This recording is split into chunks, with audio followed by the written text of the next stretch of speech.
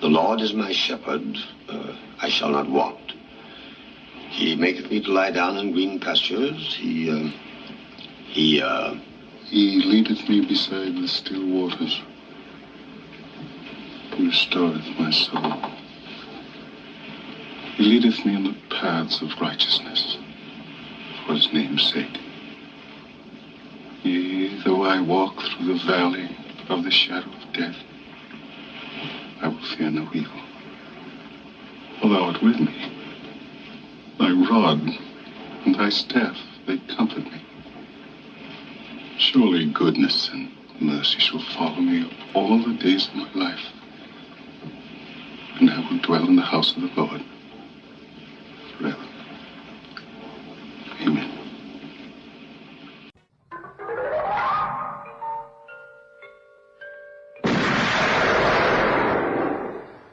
Do you expect me to talk?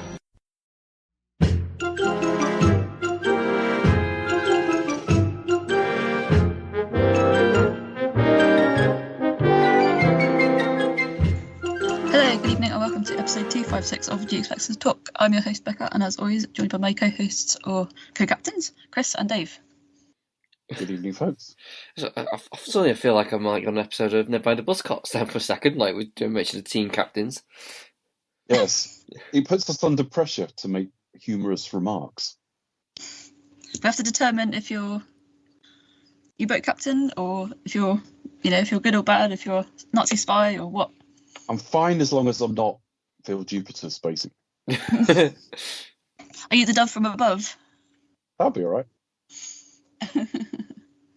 a dove friend of mine loved curries. His favourite, of course, was the Vindaloo.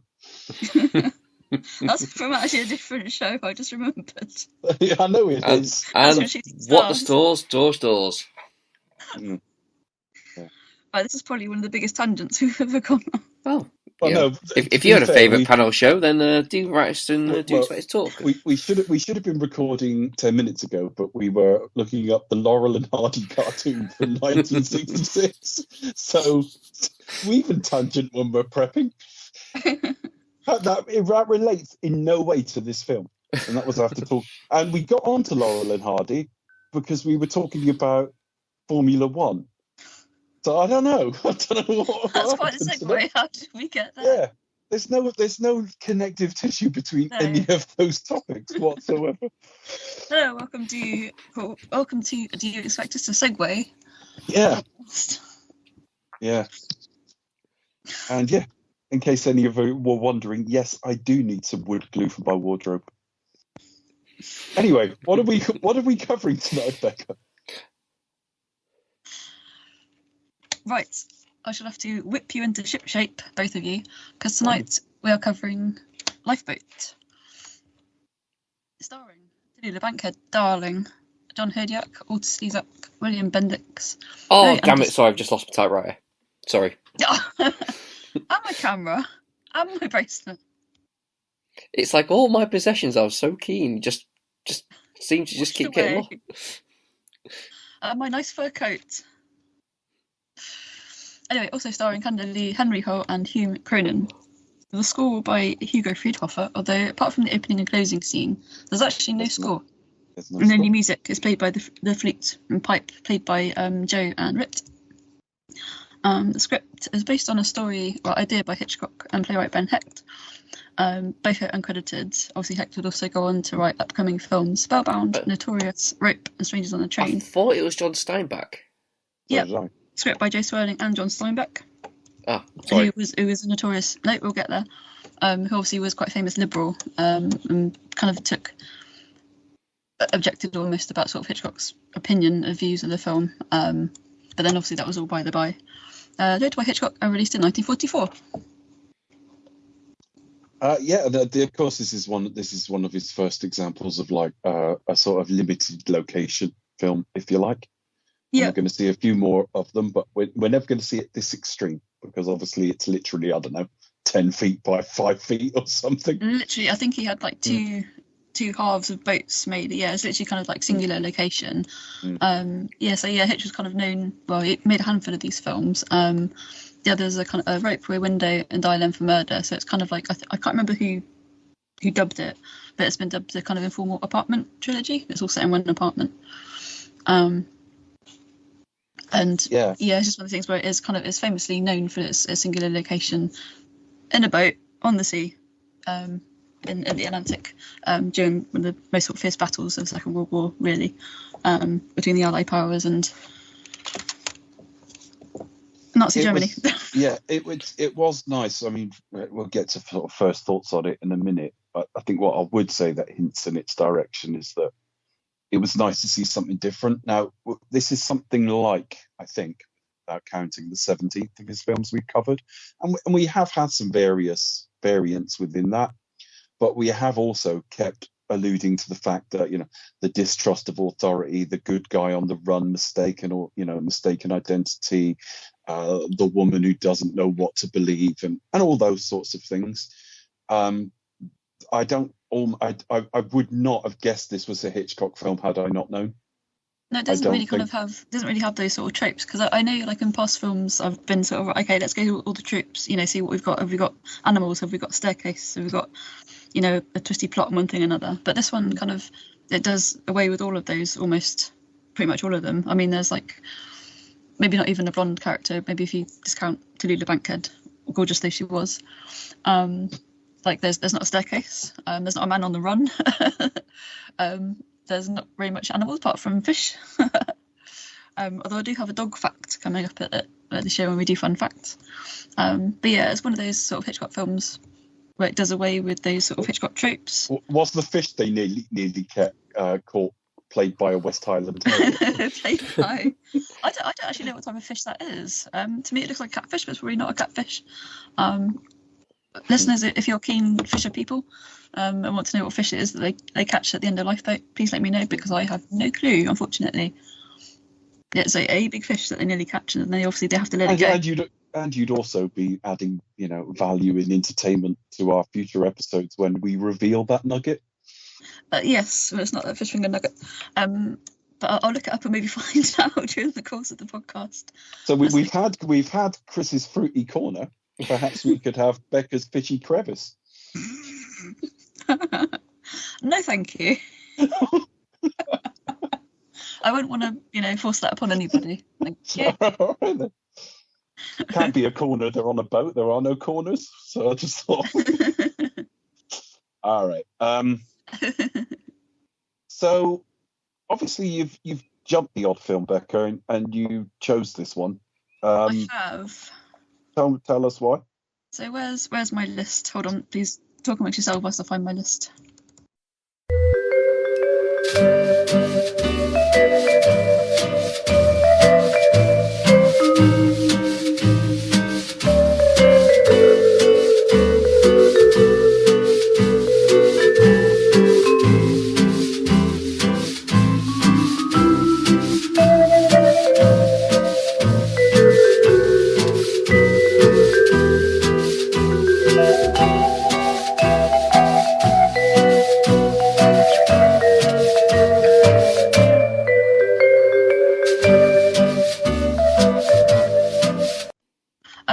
So in terms of like Hitchcock films that we covered so far, obviously there's a chunk, some from his British era, perhaps otherwise purely just cut for time, and obviously some of his really early British movies obviously are famously lost, missing.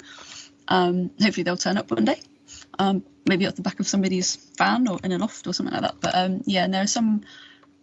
I've tried to kind of curate the series, the ones that perhaps I enjoy, but ones I think will also be, quite significant as well. And plus, for like if you've not seen too many of his films, or maybe not familiar with him, ones that perhaps characterise his kind of direction, his vision, and kind of what, you know, typical films that, you know, if you want to get into Hitchcock, this is what I would recommend.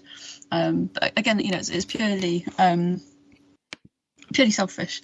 It's, you know, again, it's no kind of exhaustive list. I'm sure some fans will be like, oh, what about, you know, you didn't cover like The Ring, or you didn't cover A Secret Agent or something, for example. Or they'll be fans of like, oh, you know, Psycho's overrated, or, you know, don't bother with family plot or whatever, things like that. But yeah, I just kind of thought I'd try and curate the series and try and include the ones that perhaps are not more significant, but kind of perhaps like the bigger sort of hits, as it were. So like from the 1940s era, I think there's probably 1, 2, 3 films that are perhaps not doing. So that's Mr. and Mrs. Smith, parodying Case, and Under Capricorn. And then going into the 50s, which is probably Hitchcock's probably most prolific and probably one of the best eras that he ever worked in. And I think it was a good era for cinema in general. Pretty much doing majority of his 50s films, just leaving out Stage Fright, I confess. Maybe The Trouble with Harry and The Wrong Man. Just because we've seen those stories covered elsewhere. And personally, I'm not, like, for example, The Trouble with Harry, personally, I'm not a big fan. But listeners, if you want to hear it, let us know. I'm sure we'd like to include it somewhere. But yeah, so the reason I did choose The Lifeboat is purely because it's a little bit underrated. Obviously, it's for its time, it was quite controversial. Purely because it includes kind of like a kind of spectrum. So you've got obviously, it's very obviously like pro like the war effort. It's probably one of the most kind of, I would say, like political films, for example. And it's hugely allegorical as well. It proved controversial at the time. And even though it kind of wasn't a great success, but it's since been reevaluated. And the reason for its controversy was it's kind of, showing initially sympathetic German Nazi character as he turned out to be, and also elements of communism and fascism as well, because they're hugely unpopular at the time. I've got a kind of bit of information. I just need to try and find it. So obviously, yeah, the main reason obviously for its sympathetic portrayal of a Nazi German character. I thought it was quite interesting. Obviously, I mentioned Powell and Pressburg a few times on this podcast. Obviously, you can compare and contrast here with the character of Theo, played by Anton Walbrook in Powell and Pressburger's The Life and Death of Colonel Blimp, which came out in the year previous, 1943. Again, it was hugely kind of ostracised because you do have this Colonel Blimp character forming a very long-lasting friendship with his opposite number in Germany. And it was so controversial as such that Churchill tried to ban it, as it was seen as deeply unpatriotic. And again, it's not something that Powell and Pressburger shied away from. In their previous films, One of Our Aircraft is Missing. He had a similar sort of question character who was kind of on the Nazi side, but he was shown as being more, sort of sympathetic, and that he was just caught up in the war. So again, that's quite interesting. And then also, there's another film connection, but I won't mention it until later on. But yeah, so I kind of think it's really interesting in terms of the politics at the time as well, just for its contradictions and also for its controversies. But I sort of feel like, obviously, it pales, as time goes on. But I think it's really interesting the fact that it's so kind of allegorical as well, which is really interesting. So in terms of its sort of politics and controversies, I just think it's one of those films where it's very often not spoken of. Like, obviously, people mention, Ropes or Rear Window, Dilemma, as sort of those sort of greater films that are set within one location. Lifeboat deserves to be up there with the rest of them, really. It's perhaps not talked about, or certainly hasn't in recent years, but it's kind of now, undergoing a kind of renaissance almost. And just, kind of being more sort of reevaluated, sort of critically, and kind of being more widely talked about, which is really good. So there's lots of information out there about the making of and that sort of thing. So it's good that it's kind of now receiving this reevaluation. But so I highly recommend it. Chris, what did you make of it? So first viewing for me. So it's kind of interesting with the politics. That's some or supposed politics of it. There's things in it that I think there's allegories and that's kind of debatable. You can sort of say, what is this meant to represent? What are they saying? Are they actually saying anything about that particularly, or is it really more about something else? There's probably things that's quite interesting in this film that you could sort of dig into. I do like the idea of like one go. I like the idea of it just all being in just one little boat from the get go. And for the first, probably about 30 minutes or so, I was probably sort of thinking, so far, it's probably my favourite Hitchcock that we covered so far. Really? On the first, it kind of world a little bit, and I'll explain what I mean, because there's parts of it that I really liked, but then it didn't quite stick the landing completely for me. And I think it's like, I think the interesting thing about this, because it was written by John Steinbeck, or had a based on the story, I don't know quite how the specifics of it, but it very much felt like to me, this is a novel. This feels like it would be or should be a novel. Like this, like, you know, it always felt like the way it just came across to me is like more suited to be more like a book, like a pulpy kind of book to me. And yeah, and I think the thing that kind of really sort of let it down, or sort of undermines it a bit, I think there's just too many characters in there. And I think it's just like, you know, I think if it was just a bit, let's just say if you trim the characters down to maybe, like, you know, took out maybe one or two characters that are in this lifeboat, you would have really made it more tighter and more concise. And for me, it would have worked a bit more, especially if you're considering what the certain which character represents what kind of thing. But overall, I'd say I did enjoy it. I think it's probably more in it that's you could sink your teeth into with further watches. But and I kind of like the films that are a bit more open to interpretation in that kind of regard. But in regards to, because I did read up about it afterwards, and how, like, it was a bit controversial, as Becca said before, about it being more sympathetic, and I just don't. I mean, different times, I guess, people but more sensitive. But again, that's just not something I kind of understand or vibe with, because, you know, yes, the character is probably more, because the reasons that I've read was like, okay, the so-called Nazi character was more intelligent, knew what he was doing, and all the rest of it, but that makes him a threat. Do you know what I mean? So you could go the other way, and, you know, it would be almost be like it would be kind of undermined it kind of thing. It's like if he was just a bumbling idiot.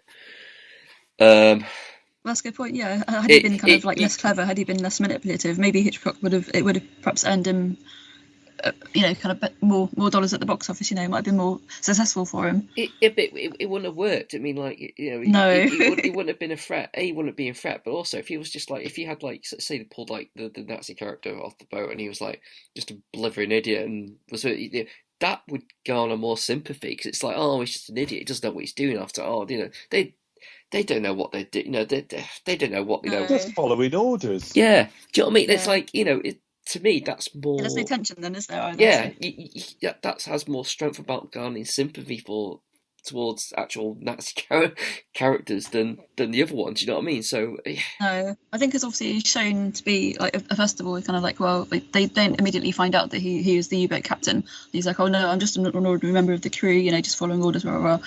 And then it's kind of slowly revealed that he has actually got a compass, he has actually got a supply of water and all the food, and he is actually the U-boat captain, who slaughtered everybody and they go down with the ship. No. Yeah. Now the real interesting thing that really might make me feel more uncomfortable is if you're, say, the Nazi character, what exactly did he do? Oh, I'll say, no, let me word that right. How else would you supposed to play that? Do you know what I mean? Like, you know, it's kind of one note, isn't it? Yeah, but in terms of, I mean, the only real questionable thing, I mean, do we know, was he sort of, yes, he was looking after himself, but then what do you do if you're in a position? It's like, I'm just gonna. Every man for himself. I'll just tell them I'm a Nazi and I'm the captain. Yeah, and they'll understand. But he did actually knew how he was the one most, you know, as he was one most qualified to navigate. And was he navigating safety? Is that actually the best call? Was he being honest? Is it how you play it? I mean, apart from like pushing that guy overboard, and the real question is, does his leg need amputating?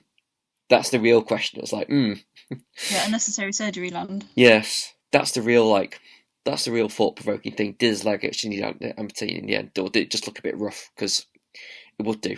But no, but I think it's difficult, isn't it? It's, on one hand, it's quite one note, but I do think he just kind of give him a bit of. He's quite insidious. He just kind of like worm his way kind of into the confidences of everybody else.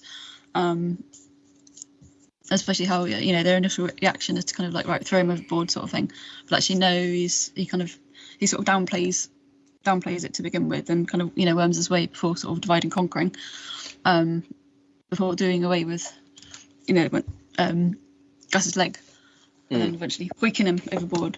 But then I kind of feel like, I don't know, he is a bit of a git and he's an arsey. So you kind of feel like, I mean, obviously at the end when he's quite viciously beaten to death, and spoiler alert, and flung overboard, you don't see it. I mean, you see maybe he manages to kind of get his way to the top above everybody else. But I think Hitchcock described it as they were meant to be like a pack of dogs, pretty much. But you don't see a lot of blood really. You see his head emerge over the top, and maybe a foot comes out, and it's got sort of blood and things like that on it. But even then, it's I don't think the sort of the rabble thing really worked, because you kind of I understand why. It's like the last straw. Do you know what I mean? It just feels like it's yes, it's a mob mentality, but then you kind of understand it's you're not talking in a real. It's given the situation they're in, the paranoia and the kind of fact that, this guy has effectively been running the show. Mm-hmm. You trust in him, and kind of the trust is now just he's just all gone. And so. Yeah, it's just different times as well, wasn't it? I mean, obviously it was going to be sort of controversial in wartime, not so much anymore. It's just one of those things, isn't it? I guess sort of time passes. And I think maybe just kind of back then in 1944, perhaps this was just a little bit too much. Perhaps audiences couldn't quite stomach it at the time. I mean, it's for example, horror films were effectively banned. Certainly in England, not sort of officially kind of banned so much, but obviously audiences wanted to see kind of more uplifting, jingoistic kind of fare.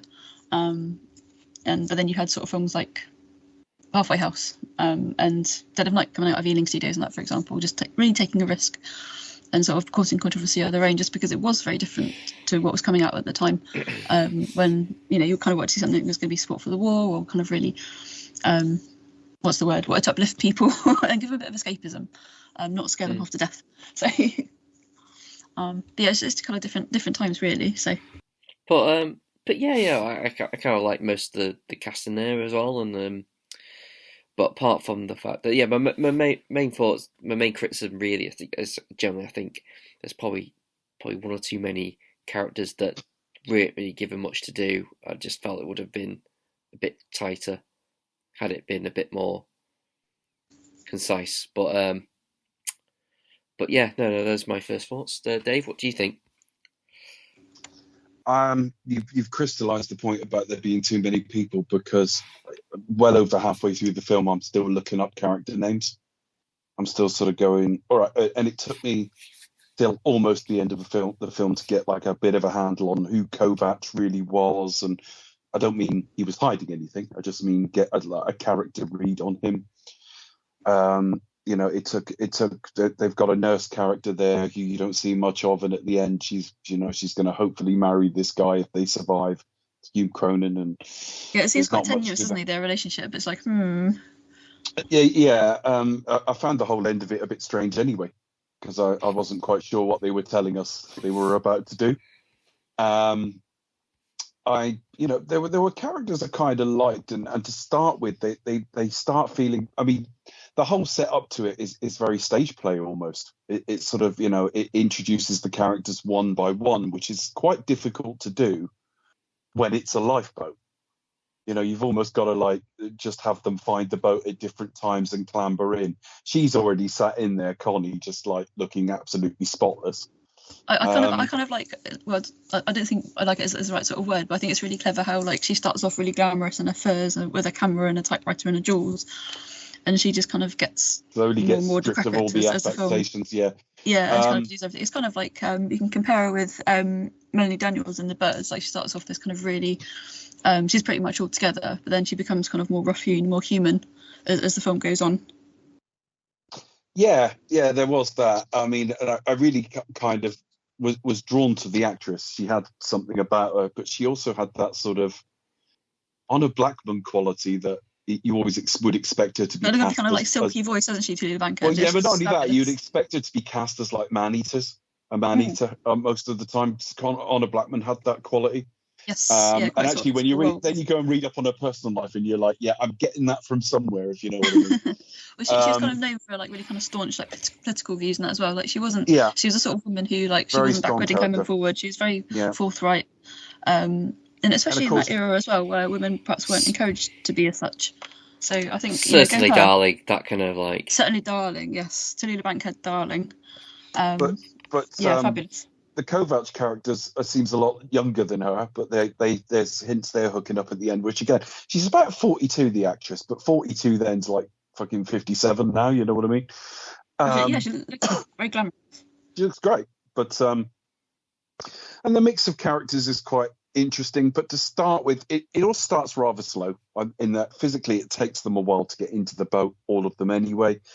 And then you sort of hear a bit from Smith, the guy who's got the injured leg, and he's talking like the most stereotyped sort of American wartime squaddy, innocent sort of type. Yeah, there is a bit of stereotyping going on, isn't there? Really? It takes a while before they start revealing distinct, different characters to each other beyond just stereotypes.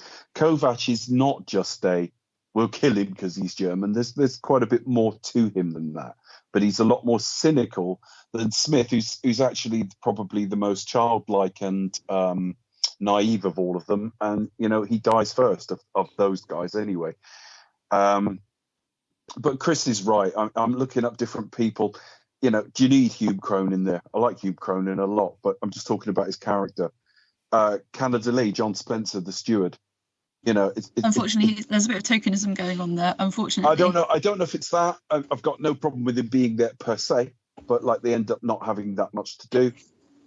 From the point of view of Rittenhouse being like the wealthy one, and them all sort of being drawn down to the same level in that they're all fighting for their lives, might have something to discuss. But again, they don't do an awful lot with him. No, especially because I think those two as well, him and Kovac as well. I think because Rit's meant to be sort of like more. I mean, obviously he's like a wealthy industrialist, but he's kind of meant to be sort of like almost, if you're going to boil it down to sort of Nazism, communism, fascism, he's kind of more like the fascist side. And then obviously with Kovac kind of being more like sort of the communism, obviously being of like, where he says, if you had my country, Czechoslovakia obviously doesn't exist anymore. But, he's sort of come from that sort of working class background, really.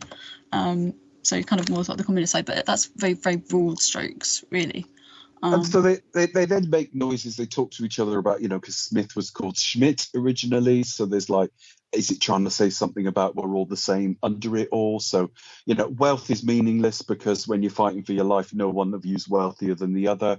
Possessions mean nothing because you lose them. And she ends the film sort of almost falling for Kovac. So her future happiness is almost unaffected. She pretty much has nothing by the end of the film. Did she have much to begin with? There's some hint that a lot of what the German guy's doing, Willie, is like what they would do the same if they were in his place. So I think there's ideas here, but it takes a long time for them to assemble. For a while, and I don't mean this as a pun, but I suppose it is a good visual metaphor for it. They seem to just be drifting a bit aimlessly for a while. Yeah, well, they do that as well. Yeah, there's a good chunk of the film, like half an hour or so. Lack of music is an interesting take.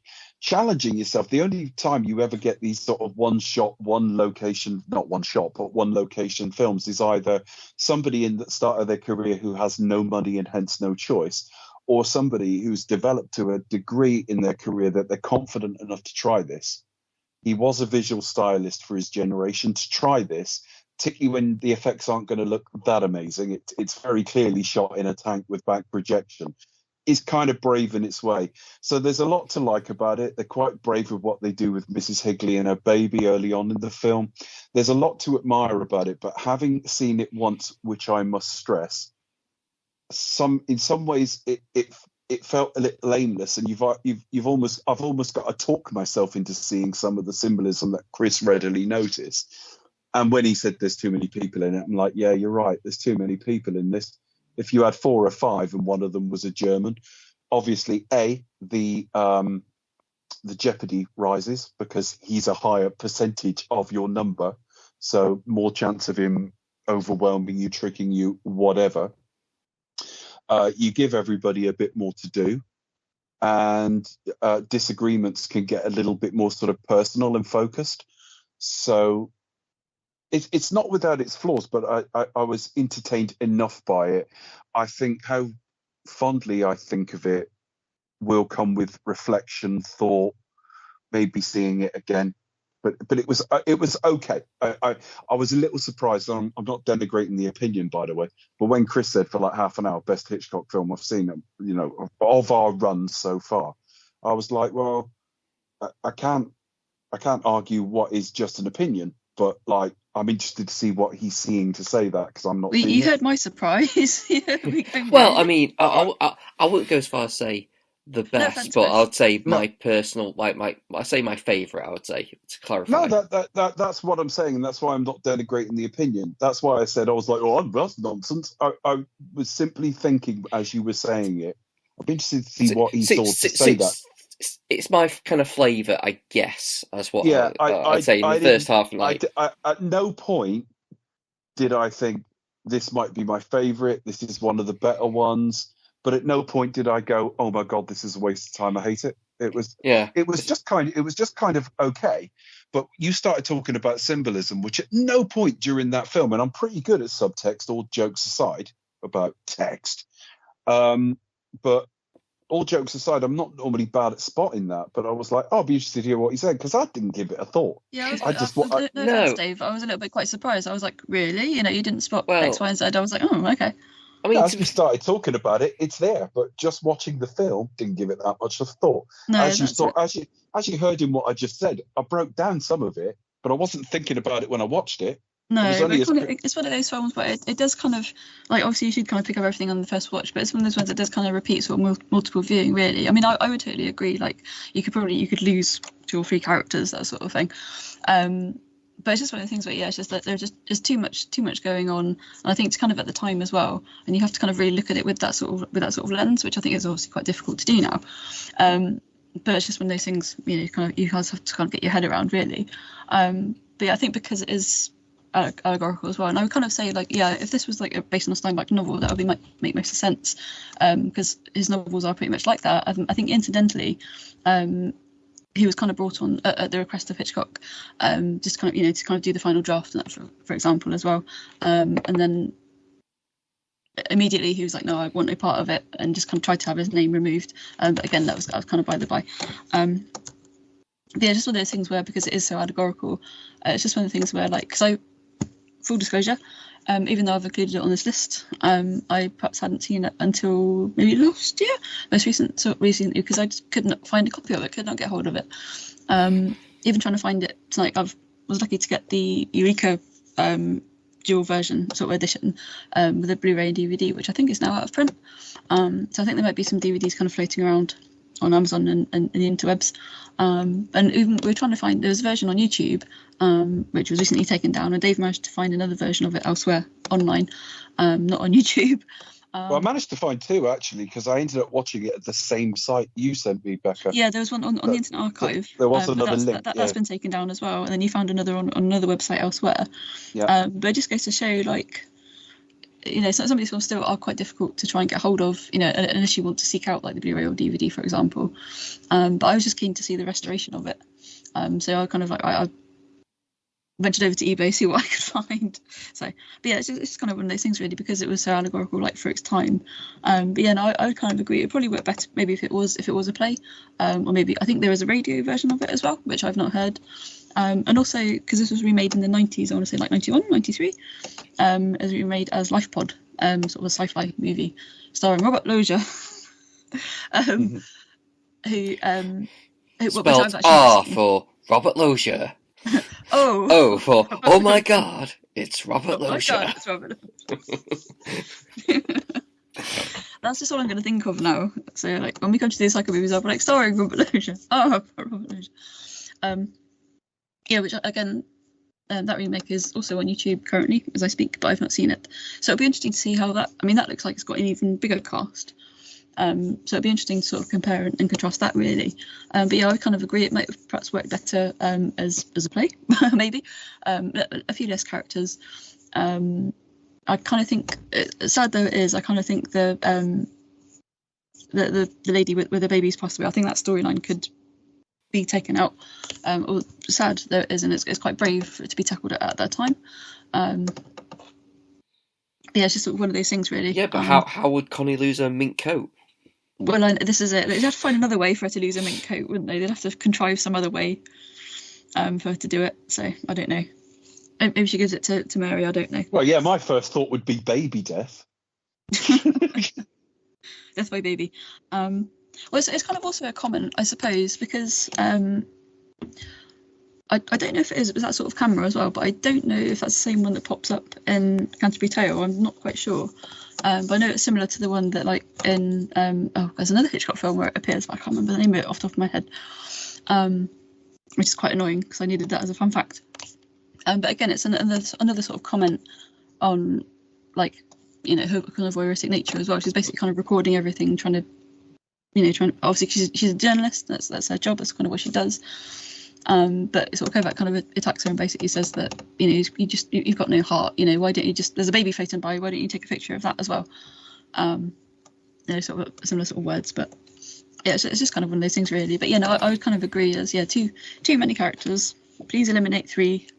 Do it on the radio. There we go. Okay, shall we discuss this sequentially? Good luck. Yeah.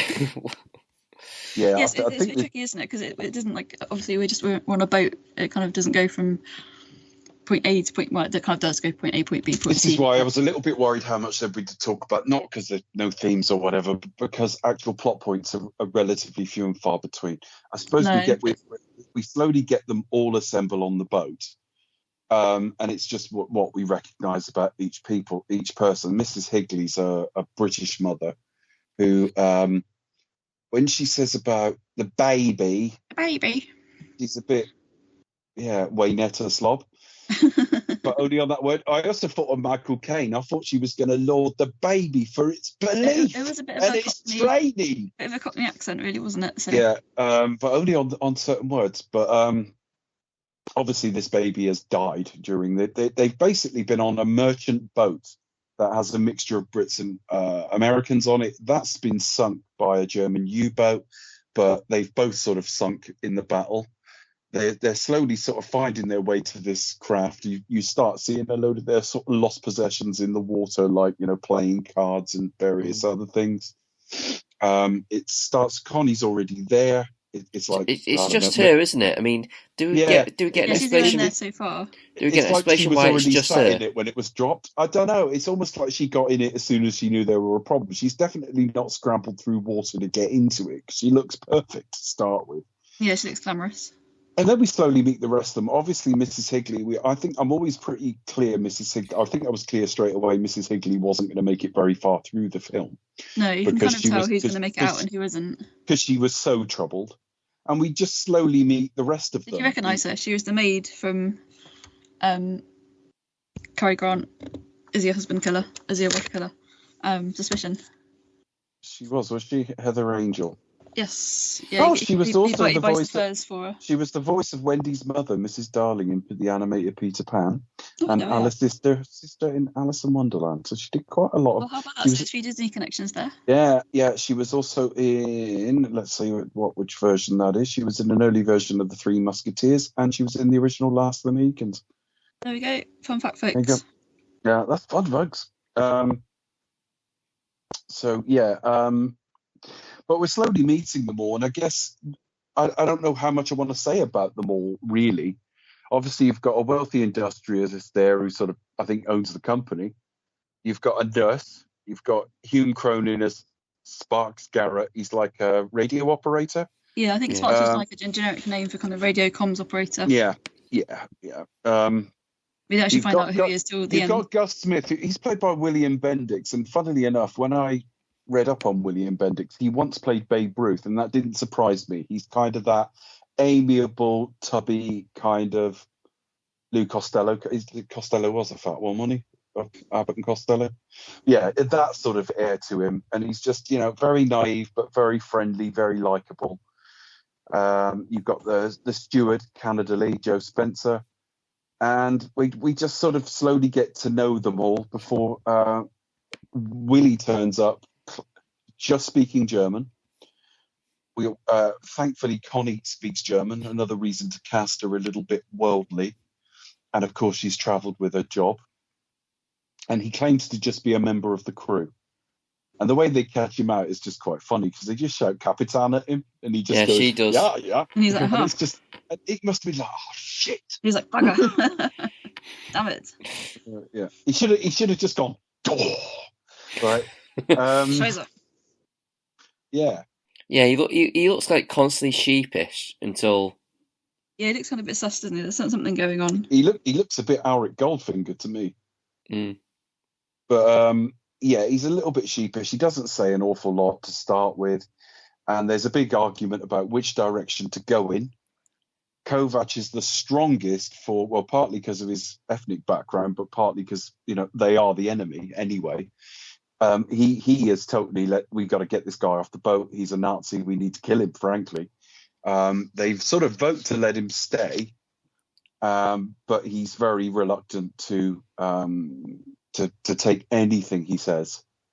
And at the same time, he finds himself over time drawing closer to Connie as well, which is kind of an epic mismatch, although they do have a bit of chemistry at the same time.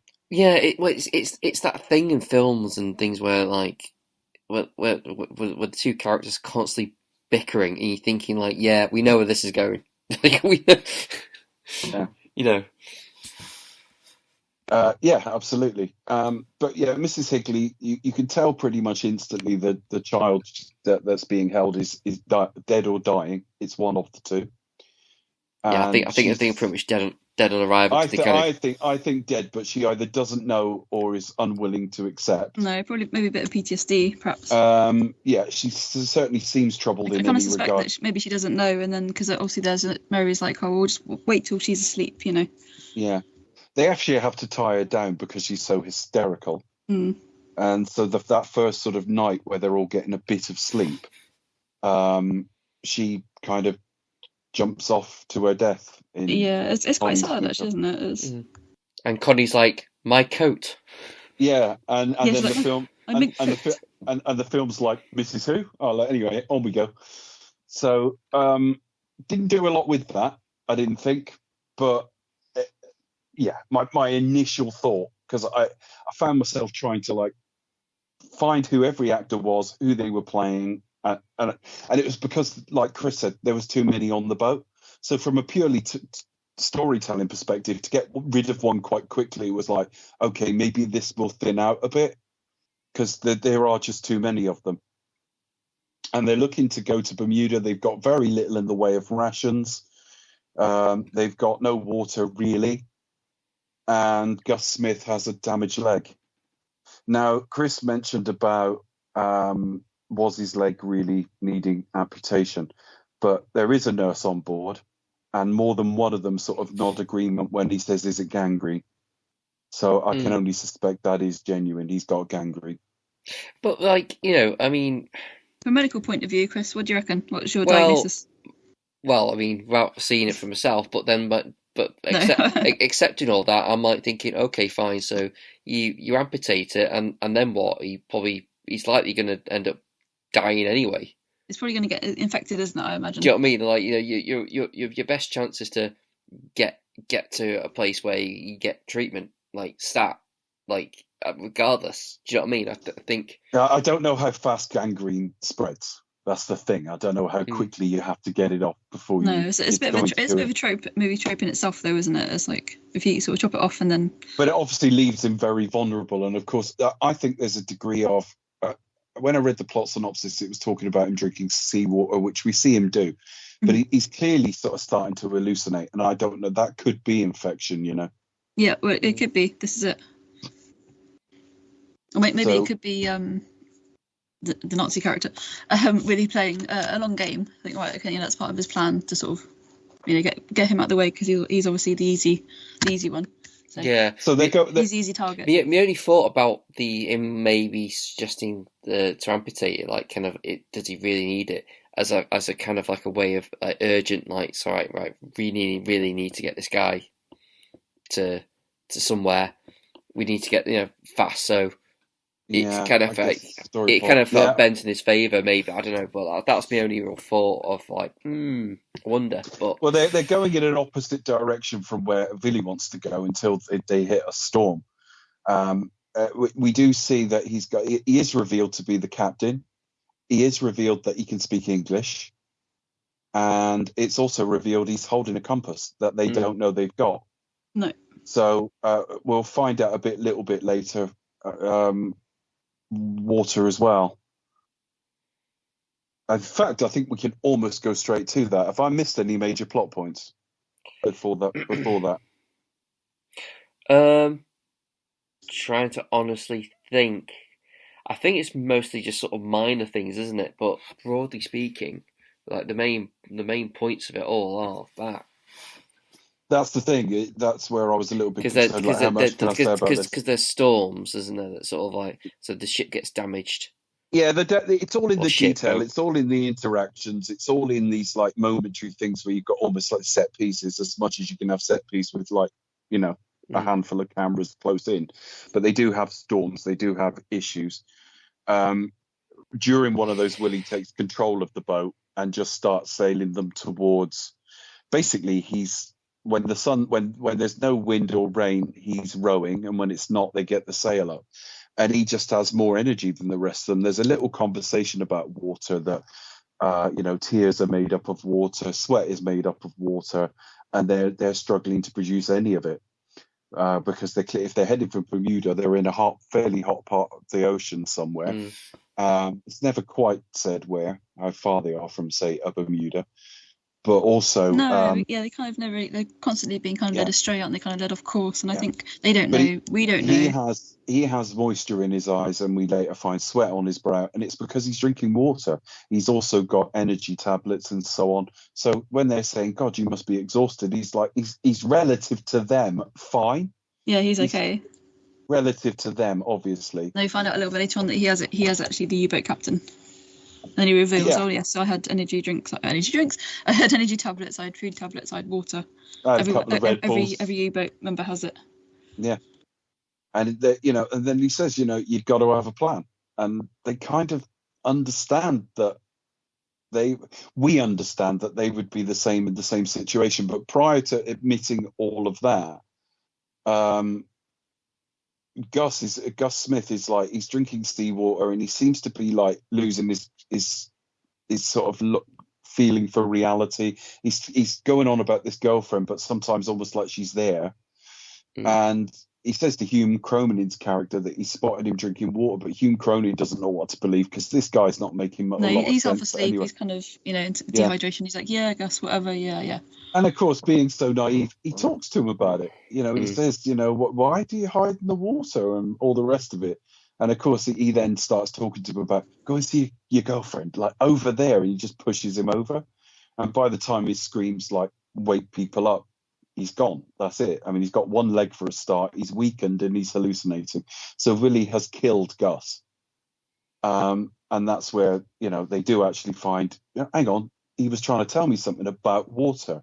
They find it breaks, and he says, well, food, energy tablets. We already knew he was the captain. And that's where it turns into an episode of Bottom, because the way they beat him up is quite it's the way they beat him up is quite comedic. It's like you see him like sort of go, it's the gas man. It's sort of cartoony, isn't it? All I could think was it'll turn out he's the gas man. That's a classic episode, definitely. I think the film's already quite controversial enough as it is, so I think to have any kind of like blood, violence, gore, things like that, but it tipped it over the edge. So it could have done with the comedy frying pan sound effects. So yeah, I mean, it was a little bit like that. Obviously, he's kind of beaten up from behind. Obviously, the crew we're kind of shielded from it. But I think they probably had like a baseball bat, or it could have descended into sort of very cartoony violence, really. Yeah, absolutely. But I mean, it's relatively short. But the whole point is things are looking desperate. We've no idea how long they've been going in the right direction or where they started from. The mix of talents on board is they have very little. Hume Cronin's character has the vaguest grasp of navigation. He just said a little bit. The rest of them are just not that. He was a radio guy, another one's a steward, and so on. None of these are navigators. The only one probably was Willie because he was the captain. He would have some idea of what that's about. By the time Willie dies, it's looking pretty desperate for them. They don't really know where they are. They think they're starting to like fall off with dehydration. In fact, during the filming of this, there was a lot of sickness and stuff, so it's not a surprise. No, some of the cast and crew kind of got ill quite a few times, and it sort of delayed production for a little bit, didn't it? And so they've had no food. Stanley I've kind of got not a fun fact, but I've got a fact about that later on. We'll come back to it. Well, it's kind of fun, but not about the illness, well, obviously. To be fair, they all survived, so nothing to worry about there. A lot of this cast didn't live to great ages, but no one died as a direct result of this film. No, I think that the last surviving... No actors were harmed in the production of this film. No pictures were harmed. No people were harmed, definitely. But yeah, I think that the last surviving cast member passed away in 2014. So... Who was the last one? That was Mary Anderson. That's right. I did look that up. She was about 95 or something. Yes. Hume Cronin lived to a decent age. He lived to about 92. Yeah, he went on and on. But he died in 2003. I think he's a bit underused here. I think I prefer him in the last film. Well, yeah, I think that's the point I was about to get to. We have this thing of him proposing to the nurse, and it's like. Yeah. We don't know you. Who cares? I suppose the only thing it does I don't really get a sense of that. I suppose it just adds a bit of pathos on the basis that they probably think they'll never survive to like marry, so it's almost a token. And then you kind of got a couple already in Tallulah Bankhead and John Holyoke, so you've kind of got like the main couple, and then Hume Cronin, the alpha male and his MILF. No, but doesn't also Rittenhouse and sort of kind of say, yeah, you can have one of my factories to Kovac. Yeah, but that's not a romance. He's not going to shag the factory. No, but the way of like, yeah, you can, they just kind of like saying, even though they're giving up. They're kind of giving up, yeah. And they're playing cards and various, well, not cards, some made up version of it. And Connie has a go about giving it up, and she's wearing this bracelet that we've had conversation about before, and it's Cartier, and it's like it's very precious to her, and she's already lost a fair few things. But suddenly they mention a fish, and they're like, "Well, we've got no bait," so she uses her bracelet, and a fish does bite, which I love that as a little visual. But then suddenly there's a ship. And and she loses the bracelet. They lose the fish. I find that really comical because it's like almost like everyone just goes like whoa and just leave, or just like it's like yeah, but you're not going to at least pull a fish out because you don't know. Yeah, it's not a guarantee yet. It's not a guarantee, particularly as they're working out. It's the German supply ship. It's Willie taking them to his side. But they let off a smaller boat to come and rescue them. But then both of those two fights get in a battle with, well, it's at distance, but a US warship that basically just about doesn't destroy them, but destroys the German supply ship and the little boat they've dropped off to get them. So they're then like, well, that must be about 20 minutes away. So we're going to be okay.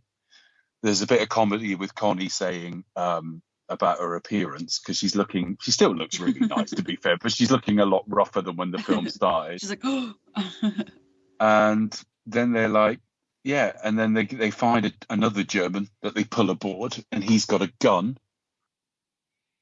He's disarmed by the guy with the flute, and they're just like, aren't you going to kill me? And they're like, what are you going to do with people like that? And then it ends, doesn't it? It just kind of ends. They mentioned the people that had died and said, well, maybe they can answer. Maybe they can tell you. Like, so does that mean they're going to send him to sort of the afterlife with them? Does it mean... Yeah, it's a sort of nebulous ending, isn't it, really? It's kind of nebulous. Make up your own mind. Yeah, and it's funny because I watched it on my own, but my wife came in for about the last 10 minutes. And when it finished, she went, "Is it finished?" And it's just the way she said it, like... Is it finished? Is that an end, is it? Is that it? Yeah. Yeah, it's one of those kind of weird ones, isn't it? Kind of, there's no... It could kind of almost be very kind of moralising kind of ending. It could have this really kind of strong... Well, I suppose it does a bit of moralising during the film. But it could, if it really wanted to, it could have like a really preachy kind of end, couldn't it? And say, oh, you must do this, or you must follow this way. But I think because it kind of does... You don't know what happens. Do they throw him back overboard? Do they not? You know, do they fight? Does he get his gun back? What happens? But no, it just kind of ends like that. So maybe they can tell us. ...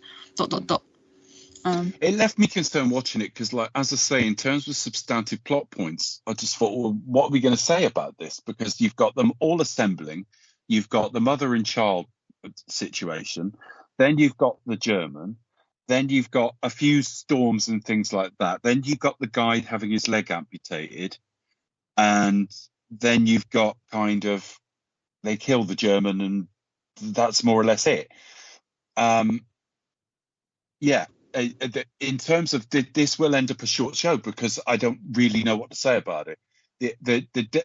There's a lot of good interactions in it, and a lot of the things I found really cliched in the characters in the first sort of interaction with them settled down quite nicely, and there was enough different personality types there to interact interestingly, but also give you the thought, because it has basically this whole situation has just been a great leveler in terms of class, wealth, power, who's in charge. I mean, the richest man on that boat is kind of no richer than the rest of them if they're going to die. He kind of expects to be in charge, and really he has his nose put out of joint when actually Quebec is in charge, you know, sort of thing. So it's one of those things where it's meant to be not necessarily, but like a cross section of society, and it's how like everybody from different kind of walks of life putting together against a common enemy, which is kind of what you're meant to do in wartime. So it's kind of a little bit like that anyway. But yeah, I kind of wonder. Yeah, I recommend. I mean, it's about 3 hours long, 2.5, 3 hours long, but I recommend Colonel Blimp is probably a good film to watch with this, just in terms of like the portrayal of like a sympathetic German character. And there's also a film later on, which I won't mention until we get there, which is also kind of, I mean, it's way past the wartime era, but it kind of raises a similar sort of point as well. And again, I mean, it's something that Hitchcock does kind of all the way through. It kind of really forces you to sort of, you know, these characters are kind of, they've got elements of good and bad, but both kind of, they live sort of very much in the grey area. But very often we're, you know, forced to kind of sympathise with them for one reason or another. So it's nothing new, really. So yeah, and as I say, that's the end of the film. I mean, I think I've done my final thoughts there. It's a strange beast, and not in a bad way. I didn't dislike it. The more I sort of heard Chris talk in particular, I'm thinking, yeah, he's right. There's loads of symbolism here. I just taken it for what it was. No, it's just one of those things, isn't it? Sometimes some of these things don't really jump out at you until it didn't jump out at me at all. Third watch. I can see it. Yeah, I think why I think that's to the film's strength is it does play naturalistic as well, like actual people would be reacting to things. Do you know what I mean? It's not just like, you know, allegories for this and you know. Exactly that. Yeah, it's not. It's one of those things. It's kind of like for example, well, this is a really poor example, but it's obviously like in Inspector Calls, for example, where you don't find out that he's a ghost. You don't find out that it's all a dream until kind of pretty well, not all a dream. Until he's gone, and it turns out until he's gone, and then you think they were looking inside to their own hearts. He's called Inspector Ghoul, so that kind of gives it away. Well, I think in the play he's Ghoul, but I think in the film he's Inspector Paul, so a slightly different name, but you kind of it's given away. But you just went, oh, actually he's a ghost, he's a spectre. He's not real. He's the conscience. Not appearing in this not appearing in this film. Yeah. Not appearing in this film. Yeah. Yeah, you find out that he's a ghost. I mean, it's just an example or something like that. It could, yeah, it's hugely allegorical as well. But it's not actually that he's a ghost, is it? It's almost he's in their heads. He's a conscience. He leaves, and they get a call saying the inspector's on his way. Yes, and he's just left. It ends with, there's an inspector coming. And they've just been wrestling with their own consciences before the real inspector turns up. So it's kind of like that. It's allegorical in that regard. Robert Donat, really good film. And a stage play. Ursula It's coming to our local theatre down here.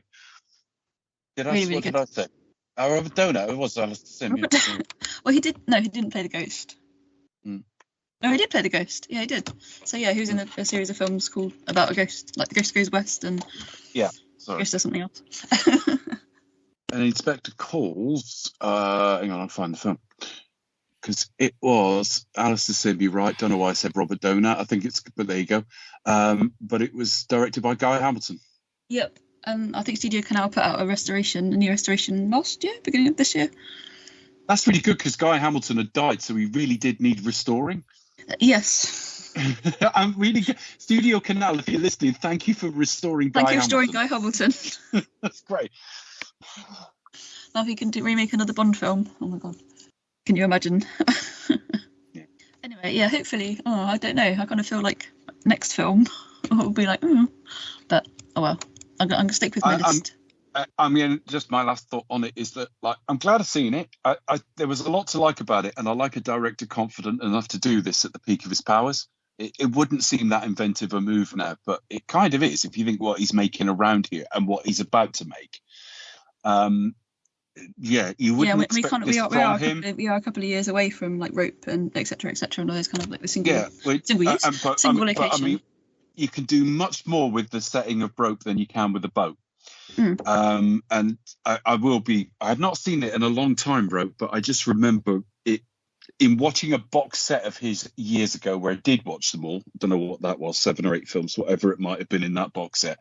Rope was the one where I just went, I don't know if it's the best, but it's absolutely like my favourite of this box. So I'm expecting to be really kind to that film, but it's so much easier to do what that film did than what this film tried to do, even though there's technical challenges in that film. Yeah, I think also you kind of, I mean, you still got like more characters as well, but I think you kind of, it boils down to basically like sort of 3 or 4 characters with Rope, for example, as well. But I mean, you kind of got like a wider there's fewer of them, and the technical challenge with that film was its faux one take.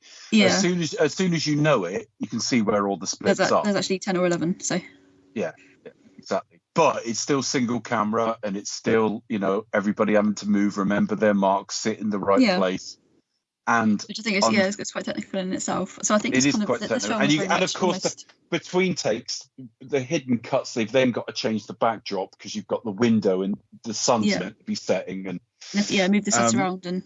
So, I mean, we'll get to that when we get to it. So what I'm saying is I feel like I'm damning with faint praise here because I missed a lot of the symbolism and I saw a film with relatively few plot points, but I enjoyed it well enough as I was watching it. As we talk about it, there could be a lot to talk about, but that lot to talk about won't be the plot.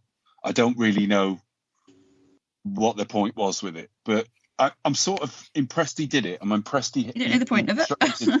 Yeah, I think that's about it from me. Oh, surely the point of it was, that it was meant in terms of like the war effort, and all these different people should come from the different walks of life and form a unit against a common enemy. That was the point of that. I don't know. I think it probably says more about the human condition a little bit more. It does. But then there's more to get your teeth into, I guess, because things can be objective, and this is the beauty of art and film. You can both look at the same thing and come out with different things. I think there's more in this you can sort of stick your teeth into. But overall, it's a bit long. I think it'll probably work better as a book in terms of the ideas. It just felt a bit more like something you might sort of study at GCSE or A level. I think of Mice and Men is probably still on the clip. You would spot the allegories. I know it sounds silly because you can visibly see the people here and hear their accents and tones of voice and grammar, diction, and everything else. But funnily enough, just the format of books, you would spot the allegories much quicker. You just would. Yeah. You would get the feeling it was trying to tell you things in a way that, I sort of. When I say I missed, I didn't, because when we started talking about it, I was articulating it correctly. But watching the film, I wasn't thinking of any of those themes. Plus, there's also, I mean, the passage of time as well. I mean, maybe to a 1940s audience, that perhaps would have been more obvious. Perhaps that's why that's perhaps why it was so controversial at the time. I mean, it wasn't like banned or anything like that, but that's probably why critics famously were like, quite shocked by it. And then obviously kind of the passage of time, one thing another. The war is still going on, and you've got a walking, talking representative of the enemy on the. That would have been cool. Cliff Richard should have done the score. I don't know why that just popped in my head. Yeah. Anyway. But you've got like, I don't know. You've got the people we're still fighting represented quite large in this film, and there's periods where they're sort of working with him. And I would imagine for some people, particularly those who lost somebody in the war, maybe that might have been difficult to stomach. It might be a bit sore. Yeah. Whereas now we just look back on it and we can't see it that way. Yeah. I think also a lot of like, I think we like taboo, wouldn't there? With regards to it at that time, it would be a lot more like, no, absolutely, they've got to be all evil and yeah. I mean, it's now it's very much like stereotype, but I think back then it probably would have been okay. You very much kind of like black and white. You're kind of you're this or this. Propaganda was quite blunt. Yes, that's the word I was looking for. Thank you. So there wouldn't be. No one's expecting to see nuance and shades of grey. Well, actually, after this, Hitchcock did make 2 propaganda pieces. So, but he didn't kind of let the critical backlash put Why him off. the Germans are cunts by Alfred Hitchcock. By Hitchcock. Well, they're just Nazis in general. So okay. Any final thoughts from either of you? I think I'm the only one who enjoyed it. No, I did. I enjoyed it. But next time I'll be more prepared into why I choose my next film. I'm comfortable enough now that we've been listened to long enough by the same sorts of people that like I'm quite happy to sound a bit daft. In that, like, I think I've given value on a lot of films, but I think I've largely missed the point of this film until we sort of got into talking about it. And when it suddenly sort of especially if it's like your first watch as well. It's one of those things where like say when we do come later on to kind of like Rear Window, North by Northwest, is sort of like the bigger well-known films. Everyone knows all about them. It's kind of they've merged their way into pop culture, and you have a little bit more to say. But a film like this, for example, where they are quite underrated. And it's very much kind of like a wartime piece, underseen as well. So recently received a restoration as well, and perhaps hasn't had that like wide of a release as well. I mean, for example, like I hadn't seen it like until recently. I'd done a bit of reading around it, so I kind of knew the various sort of stereotypes, but apart from that, had I not known, it's just something that perhaps might you sort of you see it just to kind of to see the film and get the gist of it, and then you probably, if you're anything like me, you probably watch it again to kind of get like any sort of deeper meanings, things like that.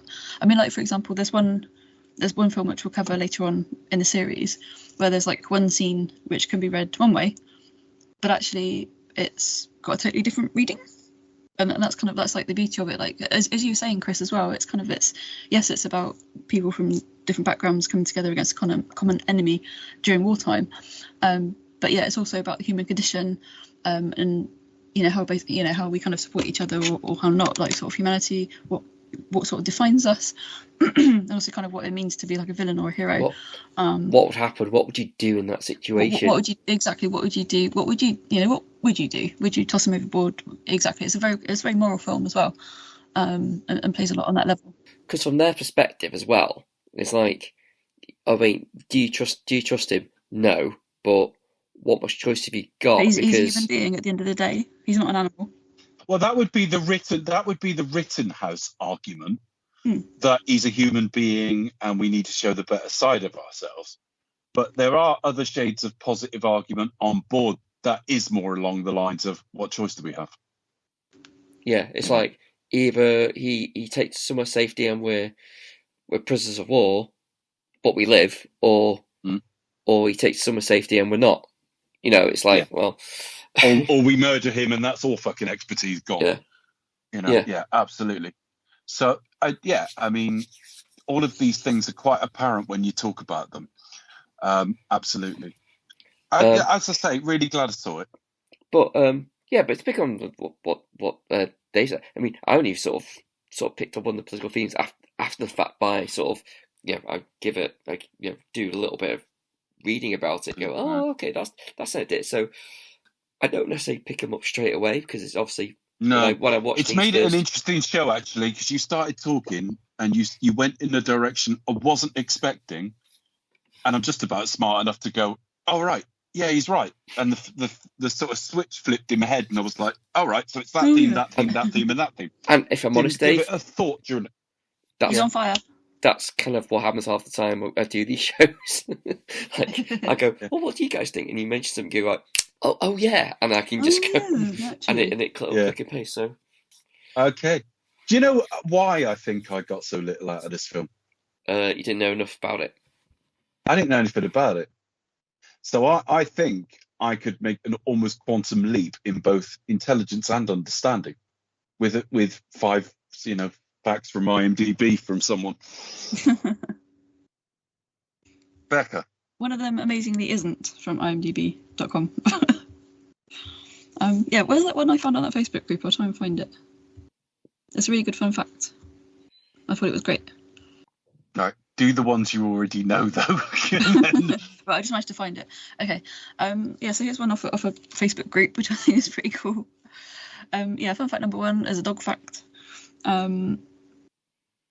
Dave kind of mentioned, fortunately the kind of cast and crew of this film quite poorly, obviously having lots of wind blown at them and Connie character, what she called the actress, she got pneumonia twice. Two separate occasions. If you look it up, like there's actually like a picture like behind the scenes of like someone literally like pouring a bucket of water over her.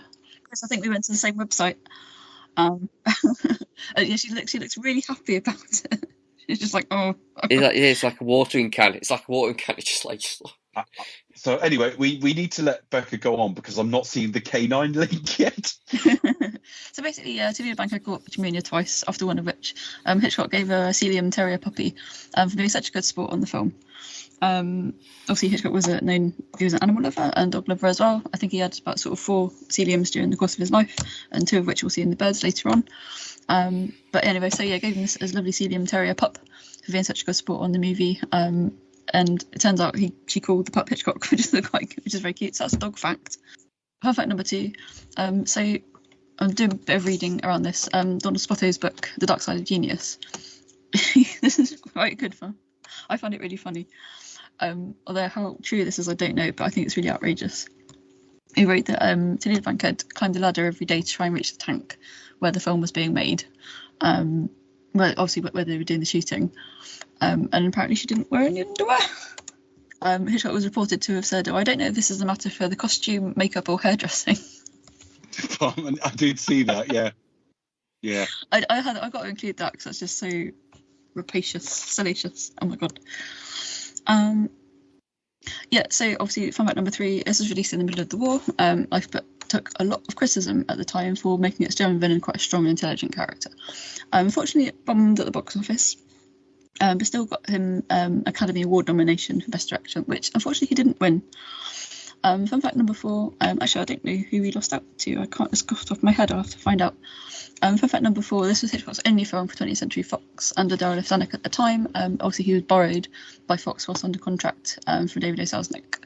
And I think that his contract, it was meant to make 2 or 3 or 4 films, but this is the only one that he made for Fox during his career. My fun fact number 5, after Lifeboat, he made 2 short films for the war effort, obviously paying tribute to and highlighting the work of the French resistance. These were Bon Voyage and Adventure Malgache. They were made for the British Ministry of Information. They were lost for a while, but they appear on I don't know where else they appear, they probably will appear elsewhere. But if you've got the Eureka Masters of Cinema series, the dual format edition, they appear as extras on that disc. So you can check those out, which is really interesting. But yeah, they're proper sort of propaganda pieces that he made after this one. So that was kind of his effort towards the war, as it were. So he sort of kind of felt compelled to do everything, especially in an era as well where it wasn't really easy for him to travel between USA. Anywhere. Really. Generally, I think there's a story where he had to get a lift in a bomber basically, but they got hit, so they had to kind of return and land again. How does that work? Lifting a bomber? I'll fly you there in a minute. I just got to do a couple of deliveries first. Couldn't fly safely, but had to go like, in sort of like a bomber plane. But obviously it kind of, there was a fault. Something happened. He got sort of damaged, and had to sort of make a rather hasty landing. But whether or not that's true, we don't know. He's a bit of a showman, as we all know. But yeah, so I was going to sort of go through. Mark, this point is going through all like the tropes. But this film really doesn't have any. Like Hitchcock one, there isn't one. Maybe Connie, I guess. And MacGuffin, there kind of really isn't one. Another character, there kind of really isn't one. Maybe Alice, maybe the nurse. There's no innocent man on the run. Not very many animals, apart from the one fish that they catch and they got to throw back. There's no staircase. But there's characters with elements of good and bad. That's kind of pretty much all the characters. But the cameo, I think, is really interesting as well. It occurs probably about 25 minutes in, roughly. And it's probably his most ingenious cameo yet. Appearing on the back of a newspaper Buku ad for Reduso, whatever you want to call it, slimming aid. We will see that reference again in a later film. We will, coming up shortly. Very shortly, yeah. It's one of the ways where like he kind of, how can you do a cameo without being in the film? They're in a static environment and it's closed off. I can't walk past the back of it. No. So, yeah. No, that's it. Yeah. I'll try and find the quote. It's really interesting, I think. Oh, here we go. Oh yeah, it's my favourite. I must admit that I had an awful time thinking it up. Usually I pay a passerby, but you can't have a passerby out in the ocean. I thought of being a dead body floating past the lifeboat, but I'm afraid I'd sink it. Interestingly, he would use this method in his trailer for Frenzy later on when he does float along the River Thames. He goes on to say, I couldn't play one of the 9 survivors since each had to be played by a competent performer. Finally, I hit on a good idea. At the time, I was on a strenuous diet, painfully working my way from 300 to 200 pounds. Bloody hell. So I decided to immortalise my weight loss and get my bit part by posing for before and after pictures. These photographs were used in a newspaper ad for imaginary drug Reduso, and the viewers saw them and me when William Bendix opened up the newspaper, and the role was a great hit. And then apparently he was inundated by these letters saying, where can I buy Reduso? So I don't do an impression of Hitchcock. But I think that's probably like that, and which we'll see later on, and then again in the trailer for Frenzy, I think it's really clever. Like for me, it's two of like his most cleverest cameos. Really, it's like how that he managed to work it in somewhere. So, but yeah, that's from cinephiliabeyond.org website. So that's a really, really interesting website there, which you can visit. Really invaluable resource, and tells you a lot of behind the scenes details about Lifeboat. So yeah, I highly recommend visit that one. Okay. So before we go on to social media, once again, thanks for all the work that's been done in restoring Guy Hamilton. You can find me at the Pastor Kid 1976 on Twitter. Sorry, Dave. I just found out that Tully Beckenhead is a Batman villain. Who? I was going to say, was she a Batman villain? Yeah. Who? Sorry. Tully Bankhead. What, in the 60s one? Yeah. Adam West. Was she? Who Yeah. did she play? I could totally see that, actually. Let me have a look at her credits. Black Widow. No. Oh my god, that's so cool.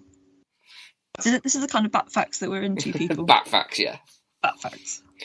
Speaking of which, have you seen the Lifeboat, the remake, Becca? I haven't watched it. No, I haven't actually watched it yet. No. Okay.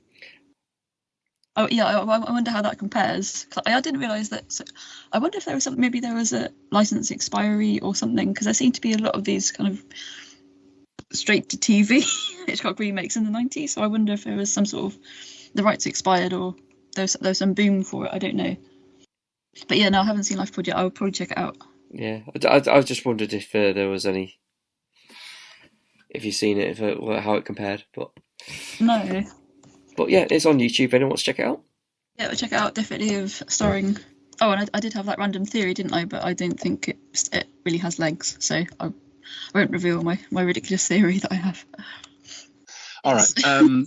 And as I said, Blue Sky at the Thirsty Kid. Anyway, that's where you find me. Oh yeah, you can find me on X, Cinematronics. You can find all the other episodes on Podbean. Yep, you can find us on Facebook, Do Expect Some Talk. You can find us on X still, I Expect Us to Talk. You can find us on YouTube, Do Expect Us to Talk. We're on Blue Sky, on Apple Podcasts, Spotify, Podbean, Podbay. You you can support us by listening to us, thank you, subscribing, thank you, and leaving a 5-star review on whichever platform you listen to us. Wherever you do listen to us, don't forget to rate us, review, to like and share on your podcast of choice. Thank you. Good stuff. Great stuff. I can't even remember what's next, so I'm about to find out, which means Becca. Get ready to fall under our spell, as do you expect to talk will return with Spellbound.